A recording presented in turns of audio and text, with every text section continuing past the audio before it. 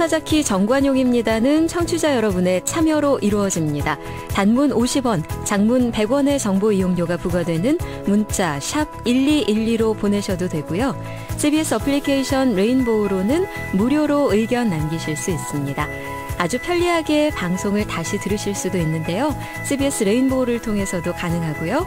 팟캐스트 그리고 팟빵을 통해서도 언제든 지난 방송 함께 하실 수 있습니다. 문재인 정부는 우클릭을 멈추고 개혁에 앞장서라. 이런 이 진보 성향 학자들의 목소리 지난주에 전해드린 바 있습니다. 그런데 이런 진보 측 인사들의 요구에 대해서 너무 성급하다 이렇게 지적했던 분이 있죠. 바로 김상조 공정거래위원장인데요. 전화로 직접 연결해서 이야기를 좀 듣겠습니다. 안녕하세요. 네, 안녕하십니까. 네. 지난주 이른바 진보 성향 교수 학자들의 지식인 선언 내용 읽어보셨죠? 네, 다 읽어봤습니다. 예. 네. 동의할 수 없나요? 저는 진보 경제학자들이 충정 어린 충고를 했다라고 생각을 하고, 네. 그분들께서는 당연히 하셔야 할 말씀을 하셨다라고 생각이 됩니다. 네. 다만 정부가 시장의 기업과 너무 유착되어서는 안 되듯이, 그 폐해는 우리가 과거에 많이 봐왔지 않습니까? 그렇죠. 마찬가지로 정부가 또 시민사회와 또 너무 가까이만 있어서는 안 된다라고 생각을 합니다. 예. 정부, 시장과 시민사회의 중간 부분에서 다양한 어떤 이해관계를 조율하는 그런 역할을 해야 되고 거기에 대한 책무를 지고 있기 때문에 예. 여러 가지 어떤 말씀을 경청은 하겠지만 결국 정부가 갖고 있는 정책 자원의 한계 속에서 우선순위와 속도 그리고 강도를 조절하는 역할을 할 수밖에 없다라고 하는 것을 좀 이해를 해주셨으면 하는 마음은 갖고 있습니다. 그러니까 그런 진보 진영의 조급증이 문재인 정부를 실패하게 만들 수 있다라고 김상조 위원장께서 언급하셨는데 같은 맥락이네요. 예, 그렇습니다. 사실 재벌 개혁이 필요하다라고 하는 것은 우리 사회에서는 이미 30년이 넘은 요구입니다. 예. 그렇지만 크게 성공적이지는 않았던 것 같고요. 특히나 지난 이제 10년간의 보수 정부에서도 그렇습니다만은 그 앞에 개혁 정부의 10년 동안에도 크게 성공적인 어떤 성과를 내지 못했던 것도 사실이고요. 예. 그러면 이 시점에서는 왜 우리 사회가 개혁 정부에서는 물론이고 또 그리고 보수 정부에서도 이 재벌 개혁이 제대로 된 성과를 내지 못했는가라고 하는 거에 대한 성찰적 어떤 반성이 좀 필요하다고 생각을 합니다. 예. 저는 현 정부의 어떤 3대 경제 정책 기조 중에 하나인 공정경제를 이제 맡고 있는 공정거래위원장으로서 그렇죠. 과거 한국의 정부, 즉 보수 정부와 개혁 정부 모두가 재벌 개혁에 실패했던 그 전철을 반복하지 않기 위해서 많은 고민을 하고 있다라는 점을 좀 양해를 해주셨으면 합니다. 근데 고민을 너무 오래 하고 계신 거 아닌가요?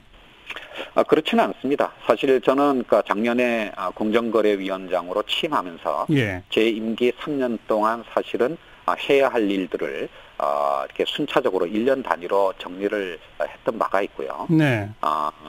사실 지금까지는 이게 굉장히 오만한 표현일지는 모르겠습니다만은 제가 원래 생각했던 그 어떤 순서대로 그리고 그 속도대로 지금까지는 오고 있다라고 생각을 합니다. 예. 다시 한번 말씀드리지만 재벌 개혁을 6개월 또는 1년 동안에 다 완성할 수는 없는 것이고요. 지난 1년 동안은 공정위가 현행 법령 하에서 행정력을 가지고 할 수 있는 일에 집중을 했다면 이 2년 차에는 그런 것으로 부족한 법제도의 개선을 위해서 노력하고 있고 그것이 지금 공정거래법 전면 개정에 부분적으로는 반영이 되어 있습니다. 네. 그래서 시민단체에서 또는 어떤 전문가들이 보시기에는 좀 답답할 정도로 속도가 느릴지는 모르겠지만 경제개혁, 재벌개혁이 우리 사회의 어떤 경제적 어떤 효율성과 정치적 한목적성을 가질 수 있는 그런 순서대로 그렇게 관리해 나가는데 저희들이 최선의 노력을 다하고 있다는 점 역시 양해를 해 주셨으면 합니다. 얼마 전에 김상조 위원장께서 이재용식, 정의선식, 최태원식 이런 식의 재벌 자체적인 어떤 지배구조 개선이나 개혁에 대한 뭔가를 좀 만들어 달라 이런 말씀을 하시지 않았습니까? 네네, 그런데 이제 그렇습니다. 바로 그런 그 발언과 주장에 대해서 이른바 이제 진보 진영의 학자분들은 재벌 개혁을 재벌 보고 알아서 하라고 하는 식의 이건 문제다라고 비판하시던데요. 어떻게 보세요? 저는 절대로 재벌 개혁을 재벌들이 알아서 하라라고만 맡기지는 않았습니다.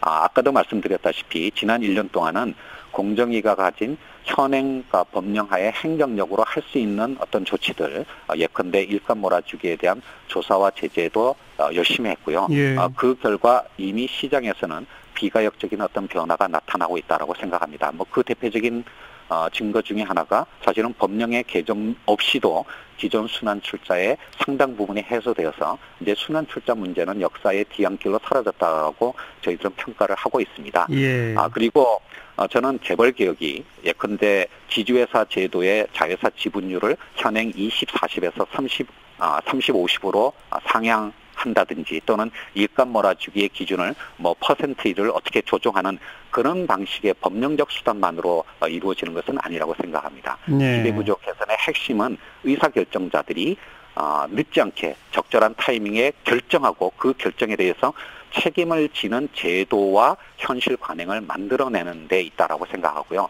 바로 그런 점을 강조하기 위해서 이재용 부회장, 정의선 부회장 등이 자신의 이름으로 빨리 결정을 내리고 그 결과에 대해서 책임을 지라고 저희들이 부탁의 말씀을 드린 거였습니다. 저는 그것이 바로 재벌개혁의 핵심이라고 생각을 합니다. 네.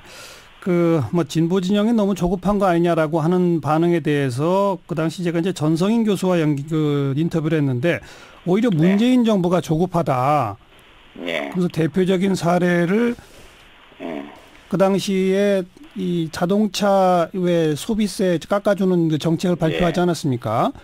예. 그거는 결국은 미래에 있을 소비를 그냥 앞당겨서 잠깐 경기 진작만 시킬 뿐이고 그 혜택은 현대차가 가져가는 거고 나중엔 결국 그 소비가 나중에 있을 소비가 미리 땡겨지는 거기 때문에 경제에는 큰 효과도 주지 못한다. 이런 정책을 쓰는 것이 문재인 정부의 조급증이다라고 비판하던데 어떻게 보십니까? 개별 소비세 조정을 통해서 단기적으로 소비를 진작하는 그런 정책을 핀 과거의 사례도 많았고요. 그러니까요. 그런 어떤 정책은 우리나라에서만 하는 게 아니라 사실은 경제가 어려울 때는 다른 선진국에서도 많이 하고 있는 정책 수단들입니다. 예. 그런 것 때문에 문재인 정부의 어떤 조급증을 비판하신 것은 조금은 저는 과잉되었다라고 생각을 하고요.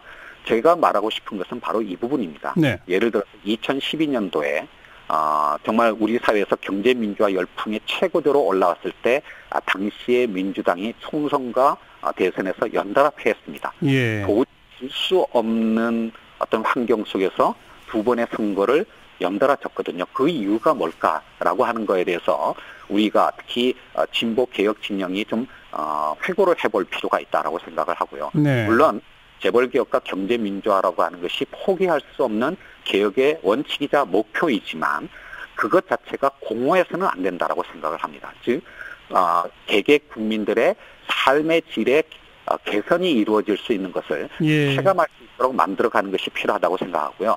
그런 부분에서 저는 재벌개혁이나 경제민주화가 그동안 블랙박스로 남겨두었던 부분들을 열어젖혀서 그 속에서 발생할 수 있는 여러 가지 이해관계의 충돌에 대해서 우리가 진지하게 논의하고 대책을 마련하는 그런 과정이 이어져야 된다고 생각을 합니다. 네. 지금 언급하신 뭔가 이 새로운 아젠다를 던지고 그것이 우리 사회에 미칠 영향을 최소화하는 그런 대책들. 이제 그 대목에서 최저임금을 작년에 올리면서 금년에서야 발표하고 있는 예컨대 가맹점 수수료 문제, 임대료 문제, 카드 수수료 문제 이런 걸 사실 작년부터 내놨어야 되는 거 아니냐 이렇게들 지적하시는 분들 많습니다. 어떻게 보세요? 작년에 그런 어떤 대책의 준비가 없었던 것도 아니고요. 그리고 특히 저희 공정위 같은 경우에는 이른바 4대 영역의 갑질 근절을 위해서 하도급법과 가맹, 유통, 대리점법 등의 여러 가지 어떤 대책들을 이미 발표를 했고 시행한 바가 있습니다. 다만 그 최저임금 시행이 올해 1월 1일부터 적용된 거기 때문에 여러 가지 대책들도 올해 이제 여러 가지 보완 대책이 나온 것은 어떤 사실이고요. 다만 최근에 지난주에 저희 공정위가 몇 가지 대책을 이제 발표한 것이 됐는데 그것이 최저임금의 새로운 대책이라기보다는 네. 작년 말 올해 초에 하도급법이나 가맹법이 개정되어서 지난주 7월 17일 날 시행이 된 거였습니다. 네. 그 시행에 맞춰서 이러이러한 제도가 이미 준비가 되었으니 많은 어떤 분들이 이용해 주셨으면 한다라는 차원에서 지난주에 발표한 것이었는데 예. 그것이 마치 이제 와서 그 대책이 만들어진 것처럼 오해된 부분이 있었고요. 뭐 이런 부분들이 뭐 국민들이나 또는 언론에 의해서 일정한 정도 잘못 이해된 부분이 있지 않은가라고 생각을 하고 있습니다. 물론 네. 이런 어떤 오해는 그동안 정부가 좀 더 충실하게 정책 홍보를 해서 국민들이 그것을 깊이 이해하지 못한 부분이 있다면 그 부분은 정부의 책임이라고 생각을 합니다. 자, 그거 이제 하나하나 방금 말씀하신 7월 17일부터 시행된 하도급법 개정안 내용이 종전에는 원재료 가격이 오를 경우에만 납품단가 올려달라고 할 수 있었는데 이제는 인건비나 이런 경비가 오르는 경우에도 납품단가 올려달라고 요구할 수 있다라는 식으로 법이 개정된 거 아니겠습니까? 예, 그렇습니다. 그 법이 올해 초에 국회를 통과한 법률이고요. 예. 그동안 시행령이나 각종 고시 등을 통해서 이 법의 시행에 필요한 준비들을 다 완료해서 예. 7월 17일부터 그렇게 된 것이고 핵심은 최저임금이 인상이 되어서 공급 원가가 상승했을 때 그렇죠. 그러니까 수급 사업자가 직접 또는 관련 중소기업 협동조합을 통해서 간접적으로 하도급 대금의 증액을 요청할 수 있고 예. 요청이 되게 되면 원사업자는 10일 이내에 협의를 하도록 이렇게 의무화한 법률이 이미 시행이 된 것입니다. 말씀하신 것처럼 최저임금 올라가서 비용이 늘어났으니까 하도급 납품단가 올려달라고 요청하면 협의는 반드시 응해야 한다 이거잖아요. 네, 그렇습니다. 협의만 응하고 안 올려주면 어떡합니까? 이것도 이제 많은 어떤 오해가 있다라고 생각을 하는데요. 저희 공정위가 조사한 바에 따르면 수급 사업자가 하도급 대금의 인상을 요청한 경우에 원사업자가 80% 정도 그것을 수용을 합니다. 네. 중기중앙회의 조사 결과에 따르면 70%가 넘고요. 예. 문제는 요청을 했을 때 원사업자가 안 들어주는 게 아니라 사실은 인상의 요청 자체가 너무 적다는 것입니다. 예. 그런 것들의 어떤 제도 기반을 만들어서 현실에서 그런 어떤 권리의 행사가 좀 더 자연스럽게 이루어질 수 있도록 즉 갑의 눈치를 보지 않고 하도급 대금이나 납품 원가의 어떤 인상을 요청할 수 있는 그런 현실의 관행을 만들어가는 것이 정부와 특히 공정의 어떤 역할이라고 생각하고 알겠습니다. 그 부분에 관해서 좀 더 적극적으로 정책 홍보를 하도록 하겠습니다. 예, 방금 언급하신 그 정책 홍보 관련해서 이제 두 번째 질문을 드리려고 했던 게 최근에 뭐 경기가 안 좋다, 뭐 그 고용 증가가 별로 없다, 그 최악의 고용난이다 이런 식의 몇몇 수치가 나오면서 이 모든 것이 최저임금 내지는 주 52시간 근무인 것처럼 언론 지형이 이렇게 움직여가는 그 속에 정부가 효과적으로 대응하지 못한 이거는 인정하셔야 되는 거 아니에요? 예, 그 부분에 관해서는 정부에서 많은 어떤 반성을 하고 있습니다. 사실 저희들이 노력을 안 한 것은 아니지만 그것이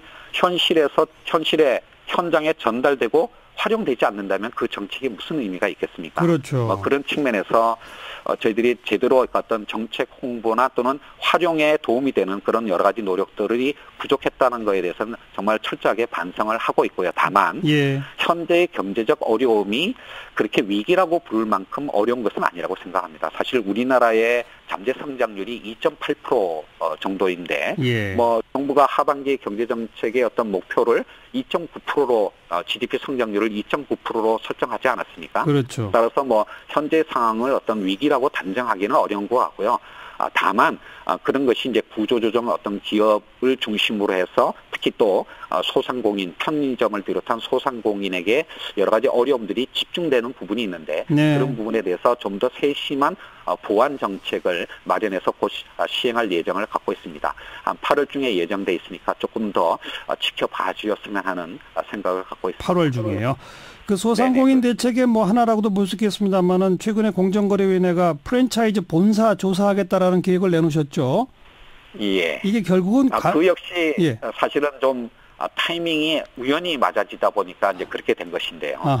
저희들이 이 가맹본부에 대한 어떤 조사는 연례적으로 하는 것이고 예. 그동안 어떤 서면 실태 조사나 또는 익명제보센터, 국민신문고, 가맹 옴부즈만에 들어왔던 여러 가지 민원 내지는 신고 사항을 종합적으로 정리해서 5월 달부터 현장 조사 계획을 세우고 있었습니다. 예, 그것이 예. 이제 이번에 대책을 발표하면서 같이 언급이 됐는데 마치 이것이 최저임금 어떤 대책의 일환으로 아하. 가맹본부에 대한 어떤 옥죄기식으로 전달된 부분에 대해서는 저희들이 사실 좀 더 상세하게 설명드릴 필요가 있지 않았느냐라고 생각이 되고요. 알겠습니다. 다시 한번 알겠습니다. 말씀드리지만 예. 이 최저임금 어떤 대책의 차원에서 가맹본부를 옥죄기 위해서 현장 조사를 하고 있는 것은 아니다라는 것을 분명히 말씀을 드립니다. 그래도 조사 결과 문제가 있으면 수수료 체계를 좀 바꾸고 하는 개혁으로 이어져야죠. 공정위가 물가관리 기구가 아니듯이 예. 최저임금 대책을 위해서 움직이는 기관도 아닙니다. 다만 공정위는 현실에서의 공정거래 질서를 위협하는 여러 가지 위법 행위에 대해서는 상시적으로 그것을 바로잡는 공정경제의 파수꾼으로서 역할을 계속해 나갈 생각입니다. 알겠습니다. 8월에 있을 정부의 종합대책도 기다려보겠고 공정거래위원회 이제 2차년도의 추진도 지켜보도록 할게요. 오늘 고맙습니다. 네, 감사합니다. 공정거래위원회 김상조 위원장이었습니다.